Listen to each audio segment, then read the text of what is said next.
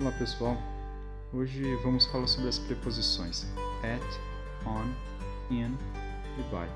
Essas preposições, apesar de serem básicas no inglês, elas causam muita confusão entre os estudantes. Eu vou ensinar uma regra básica aqui, uma regra geral, onde vocês vão conseguir acertar uns 80 a 90% das vezes. Mas se vocês quiserem aprofundar no assunto, eu sugiro que vocês peguem frases onde existem essas preposições, para vocês conseguirem ver e entender com quais palavras essas preposições costumam vir. Mas o que as preposições fazem nas frases? As preposições indicam a posição de um objeto ou uma pessoa com relação a um outro objeto ou uma outra pessoa. Existem 3 casos onde podemos aplicar essas preposições: em transporte, localização e tempo. O at a gente não usa em transporte, então vamos para on. O on ele vai ser sempre usado em grandes veículos, como ônibus, trem, avião, barcos de grande porte, navios, meios de transporte onde várias pessoas vão estar usando ao mesmo tempo.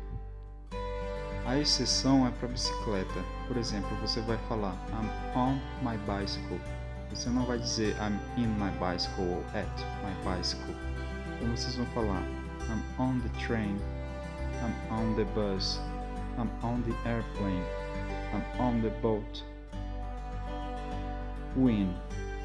O in basicamente vão ser usados com 2 palavras, car e taxi. Vocês vão falar I'm in my car, I'm in the taxi. A exceção aqui é se você estiver em um barco de pequeno porte. Nesse caso você pode falar I'm in the boat. O by, ele indica a forma como que você chegou a um determinado local. I arrived by car, I arrived by train, I came here today by airplane. Localização. O at, ele sempre vai dar essa impressão de um ponto específico, em um lugar específico, pode ser na cidade, em um bairro. Vamos a um exemplo. They live at 10 Park Road. The school is on Bay Street. I'm at the car. I'll meet you at the bus stop. O on, ele vai ser usado da seguinte forma. Imagine a superfície de algum objeto, uma mesa ou uma parede, e que nessa superfície vai ter um outro objeto. Pode ser uma caneta em cima da mesa, um quadro pendurado na parede. Vamos a alguns exemplos. My phone is on the table. You can see a painting on the wall. We live on the 4th floor. O in, imagine da seguinte forma. Tem uma caixa e dentro dessa caixa tem um outro objeto. O in, ele sempre vai ter essa sensação de um objeto dentro do outro. Vamos a alguns exemplos. I've got the key in my pocket. There's some milk in the fridge. There's nothing left in my cup. O by, ele vai ter o mesmo significado de 3 palavras: close, near, next to. Essas palavras têm o mesmo significado, perto de. Em uma frase, uma dessas 3 palavras você pode substituir por by. Vamos a alguns exemplos. I'm waiting by the car. Você poderia ter substituído por uma dessas 3 palavras. I'm waiting close the car. I'm waiting near the car. I'm waiting next to the car. Put your bag by the door. They live by the school. Agora tempo. O at vai ser sempre usado em horários específicos ou pontos específicos do dia. Vamos a alguns exemplos. The train arrives at 3:30. The party starts at midnight. The meeting will finish at 5:30. O on é sempre usado em dias ou datas especiais. E geralmente ele vem junto com a palavra day.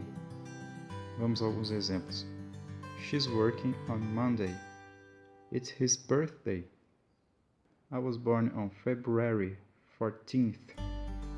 O in representa longos períodos de tempo, como semanas, meses, anos ou décadas. Vamos a alguns exemplos. I was born in 1986. He'll visit them in October. The ski resort is closed in summer. O by é usado no fim de um horário específico. Temos alguns exemplos. The show should be finished by 9 p.m. Please return these books by Friday. Bom, vamos a uma pequena revisão então. Em transporte, o on sempre vai ser usado em grandes veículos, como trem, ônibus, avião, barcos de grande porte, onde várias pessoas vão estar usando o mesmo transporte ao mesmo tempo. O in é usado em transportes menores, carro, táxis e barcos de pequeno porte. O by ele vai indicar a forma como que você chegou a algum lugar, se foi de carro, se foi de trem, se foi de avião. Em localização, o at vai sempre indicar um ponto específico.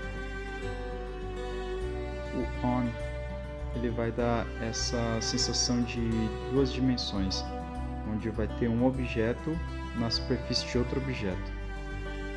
O in ele dá essa sensação de três dimensões, onde vai ter um objeto dentro de outro objeto. O by ele vai substituir as palavras close, near e o next to, que tem o significado de perto. Em tempo, o at vai significar um horário específico ou um ponto específico do dia. O on vai ser usado em dias, datas especiais e geralmente ele vai vir junto com a palavra day. O in indica longos períodos de tempo, como semana, meses, anos, décadas. O by vai indicar o fim de um horário específico. Bom, é isso pessoal, espero que vocês tenham gostado da aula. Dê um joinha e se inscreve no canal. Faça um comentário fazendo alguma pergunta. Eu vou deixar também na descrição do vídeo uma lista de exercícios para vocês fazerem. E quem quiser as respostas, eu vou deixar o meu e-mail aqui embaixo. Vocês me mandam um e-mail que eu envio para vocês as respostas. Eu vou deixar na descrição também o link do curso para aprender a fazer desenhos animados como esse de mão desenhando. Até a próxima.